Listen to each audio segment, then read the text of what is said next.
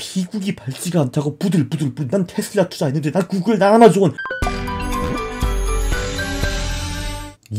안녕하십니까 할러님들, 강원국입니다. 여러분이 기다리고 기다렸던 월말에 나오는 나라면 이런 거 사겠다 동적자산 배분 2021년 9월탄입니다.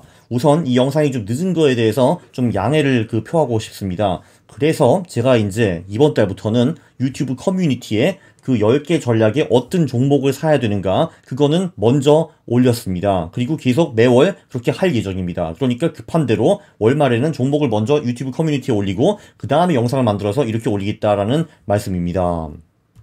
네, 동적자산 배분이란 자산 배분과 마켓 타이밍이 섞인 그런 전략들이죠. 그 중에서 듀얼 모멘텀이라는 전략이 가장 알려져 있습니다. 그리고 그 전략을 개선하려는 노력도 굉장히 활발하죠. 특히 여기 네덜란드 켈러시라는 분이 계시거든요. 바로 이분이 계신데, 네, 이분은 매년 전략을 새로 만들면서 듀얼 모멘텀을 더 개선하려는 그런 노력을 보이고 계십니다. 이 10개 전략 중에서 6개가 켈러시가 만든 거예요. 네, 일단 첫 번째 VA의 Aggressive 전략입니다. 이것도 켈러시가 만들었고요. 이게 50년 동안 복리 17.7%를 번 제가 아는 동적자산 배분 중에서는 가장 수익이 높은 그런 전략입니다. 이 전략은요, 네, 이번 달에는 다른 전략들과 다르게 조금 마이너스 수익을 냈습니다. 아무래도 LQD, 미국 회사채에 들어가 있었는데 회사채가 좀 떨어진 것 같아요. 대신 주식들이 많이 올랐죠. 그래서 올해 수익은 7.47% 나왔고요. 네, 그래서 이제 9월에는 다시 LQD를 팔고 스파이, 미국 주식으로 들어가라라고 추천을 하고 있는데, 저는 늘 스파이 대신 QRFT라는 ETF를 삽니다. 이게 스파이랑 비슷한 ETF인데 수익이 좀 더 높아요. 한국 스타트업에서 만든 그런 ETF입니다. 그리고 이 QRFT가 왜 좋은지는 488번 영상을 보시기 바랍니다. 두 번째 전략, 가속 듀얼 모멘텀, 인주니어 포트폴리오라는 블로그에서 만든 전략인데, 이 전략이 2020년에서는 동적자산 배분 중에서 가장 수익이 높았고요. 올해도 나쁘지 않습니다. 지난달에 2.89%를 벌어가지고, 네, 올해 총 12% 수익이 났고요. 얘도 지금 계속 미국 주식에 투자를 하라고 권하고 있습니다. 네, 70년부터 2021년까지 복리 17%를 낸 그런 전략이죠. 세 번째 전략, 이거는 전통 듀얼 모멘텀. 조금 전에는 가속 듀얼 모멘텀이었는데 이번에는 전통 듀얼 모멘텀. 안토날치가 만든 바로 어떻게 보면은 동적자산 배분의 아버지 같은 전략입니다. 네, 여기는 절대 모멘텀과 상대 모멘텀이 들어가 있죠. 얘도 지금 올해는 계속 미국 주식에 투자를 하라고 권하고 있고, 그렇기 때문에 조금 전에 그 전략과 수익이 거의 비슷합니다. 그리고 얘가 지금 올해 21.6%라는 수익을 내고 있습니다. 미국 주식이 올해 되게 잘 나갔는데 듀얼 모멘텀은 계속 지금 미국 주식에 붙어가지고 가고 있거든요.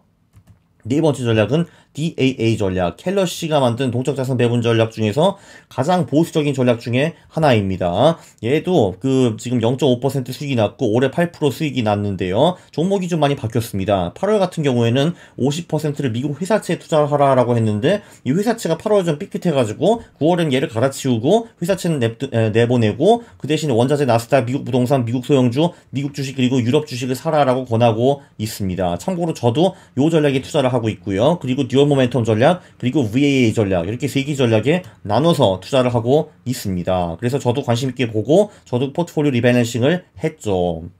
다섯 번째 전략, 이게 가장 보수적인 전략이에요. MDD가 10%밖에 안 되는 그런 전략이고, 이것도 켈러시가 만들었는데 8월과 비중은 동일합니다. 얘는 가장 보수적인 전략이기 때문에 지금 시장이 좋은데도 불구하고 주식 포트폴리오의 3분의 1은 중기 국채, 그러니까 IF 안전자산에 투자를 하라고 하고 있고, 나머지는 6개 자산군에 쪼개가지고 넣으라고 하는데, 그게 바로 미국 부동산, 미국 주식, 미국 소형주, 나스닥, 원자재, 유럽 주식인데요. 네, 조금 전에 DAA 전략과 일치합니다. 아무래도 똑같은 사람이 만들었기 때문에 네, 비슷한 상품들이 좀 겹치게 되는 거죠.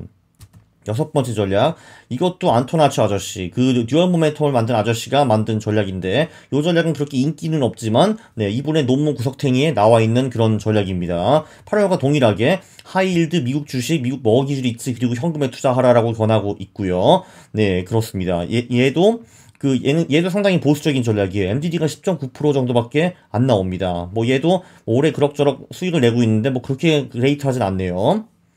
자, 7번 RAA 전략. 이게 지금 올해 유일하게 마이너스 수익을 내는 그런 전략입니다. 이건 어떻게 보면은 올레더 전략에 타이밍을 조금 집어넣었다라고 보실 수가 있는데요. 그게 특히 상반기에는 수익이 계속 안 좋았다가 그래도 한 5월인가 6월부터는 그 플러스 수익을 계속 내면서 올라오고 있습니다. 8월과 동일한 비중이고요. 이 전략은 기본적으로 리밸런싱을 자주 하는 전략은 아니에요. 그 8월과 동일한 종목, 미국 소형 가치주, 나스닥, 금, 장기국채, 그리고 중기국채 이렇게 투자를 하라고 권하고 있습니다. 네, AAA 전략은 이거는 켈러 씨가 만든 것도 아니고 그리고 그 안토나치 씨가 만든 것도 아닌데 리소스 에셋 매니지먼트라는 회사에서 만든 전략인데 저는 이 전략을 그렇게 좋아하지 않는 게 이게 지금 비중이 굉장히 많이 바뀌고요. 네, 그리고 이제 그 비중도 되게 이상하게 바뀝니다. 54.9%, 63.1% 이런 식으로 바뀌거든요. 물론 이 전략도 꽤 괜찮은 전략입니다. 50년이 아니라 30년 동안에 복리수익 11.6 그리고 MDD가 11.3으로 나오는데요. 사실 30년 이 정도면 50년이면 아마 이거보다 좀 더 높을 거거든요. 그래서 상당히 좋은 전략이라고 볼 수가 있어요. 8월에 미국 주식이 비중이 많았고 9월에도 가장 많긴 한데 비중이 조금 줄어든 거를 볼 수가 있고요. 국제 부동산이 있었는데 그게 사라지고 미국 부동산으로 대체가 되었고 원자재 미국 부동산이 있었는데 미국 부동산은 비중이 확 올라가는 거를 볼 수가 있고요. 네, 그리고 원자재는 사라지고 유럽 주식이 여기 들어온 거를 볼 수가 있습니다. 그리고 이 전략이 올해 수익이 되게 좋네요. 8월에 1.8% 그리고 2021년 1월부터 8월까지 18.93%라는 놀라운 수익이 났습니다. 네, LAA 전략. 요거는 켈러 씨가 만든 전략인데 연구 포트폴리오에다가 조금 타이밍을 섞은 그런 전략이고요. 이것도 리밸런싱을 별로 안 하는 전략입니다. 그래서 그런지 7월과 동일하고 8월도 동일하고 9월도 똑같이 금, 미국 중기채, 미국 대형가치주 그리고 나스닥에 투자를 하고 있습니다. 여기 연구 포트폴리오는 주식 비중이 25%밖에 안 되는데 요 LAA 전략은 그 경제와 주식시장이 어느 정도 괜찮게 돌아가면은 이 나스닥을 추가를 해가지고 현금을 빼고 그래서 주식 비중을 50%로 가져가는 그런 전략이라고 보시면은 되겠습니다. 주식도 안 좋고 경제가 안 좋으면은 현금이 들어오고요. 네, 그래서 얘도 뭐 그럭저럭 수익을 냅니다. 올해 한 8.4% 정도 수익을 내는 거를 볼 수가 있고요. 켈러식이 가장 초창기에 만든 2022년에 만든 FAA라는 전략이 있는데 이 전략이 저는 그렇게 썩 좋아하진 않아요. 굉장히 복잡한 전략이거든요. 복잡한데 그렇다고 성과가 뭐 엄청 대단하거나 그렇지는 않습니다. 그래서 지금 여기 제가 잘못 썼네요. 8월에는 이랬고 9월에는 이제 이런 식으로 바뀌었는데요. 미국 채권, 원자재 그리고 미국 부동산에 투자하는 식으로 지금 바뀌었습니다. 이 전략도 네, 그 수익이 꽤 좋은 편이에요. 올해 16% 정도 수익을 냈습니다.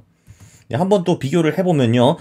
전반적으로 올해는 동적자산 배분이 계속 수익을 내고 있고요. 지금 몇 달 연속으로 계속 수익을 내고 있습니다. 손실이 지금 안 나오고 있고요. 그래서 10개 전략의 평균 수익이 10.64% 정도 나왔어요. 그리고 이번 달에도 1.27%를 벌었고, 네, 그런데 그 6040한테 아직 좀 밀리고 있습니다. 이게 지금 미국 주식이 대단히 잘 나가고 있거든요. 물론 이 10개 전략에도 미국 주식이 상당 부분 들어가 있습니다. 그래서 수익이 비슷한데 그냥 퓨어하게 미국 주식에 투자하는 이 6040 전략이 수익이 조금 더 높은 걸로 보이고 있고요. 일단 동적 자산 배분이 올해 같은 경우는 올레더나 연구 포트폴리오의 수익을 그래도 상당히 압도하는 거로 보입니다. 특히 연구 포트폴리오가 올해 힘을 잘 못 보이네요. 그렇죠. 어쨌든 다 플러스 수익이 나고 있고요.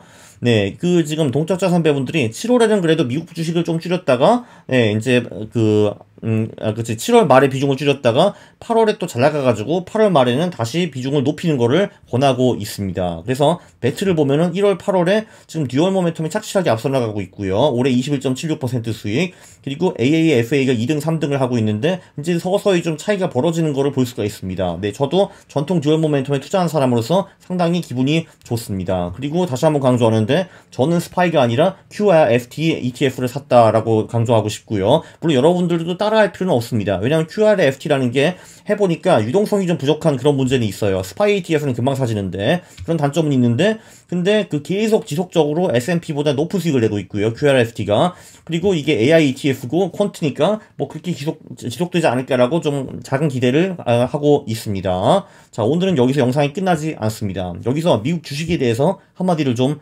하겠습니다. 저는 미국 주식의 미래가 밝지 않다고 보는 사람입니다. 이제 막 깜짝 놀라시겠죠.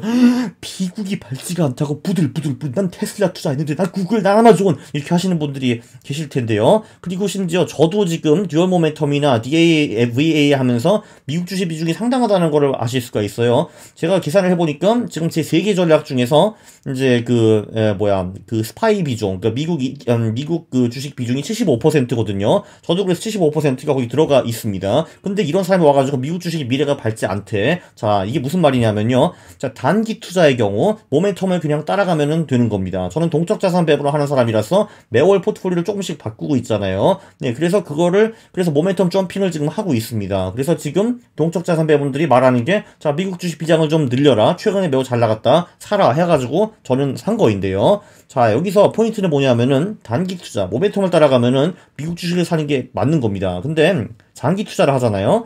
여러분들이 만약에 10년 동안 투자를 하고 소위 그 존 리가 말하는 것처럼 진드기 그냥 가만히 있고 싶어요. 그냥 매수 보유를 하고 싶습니다.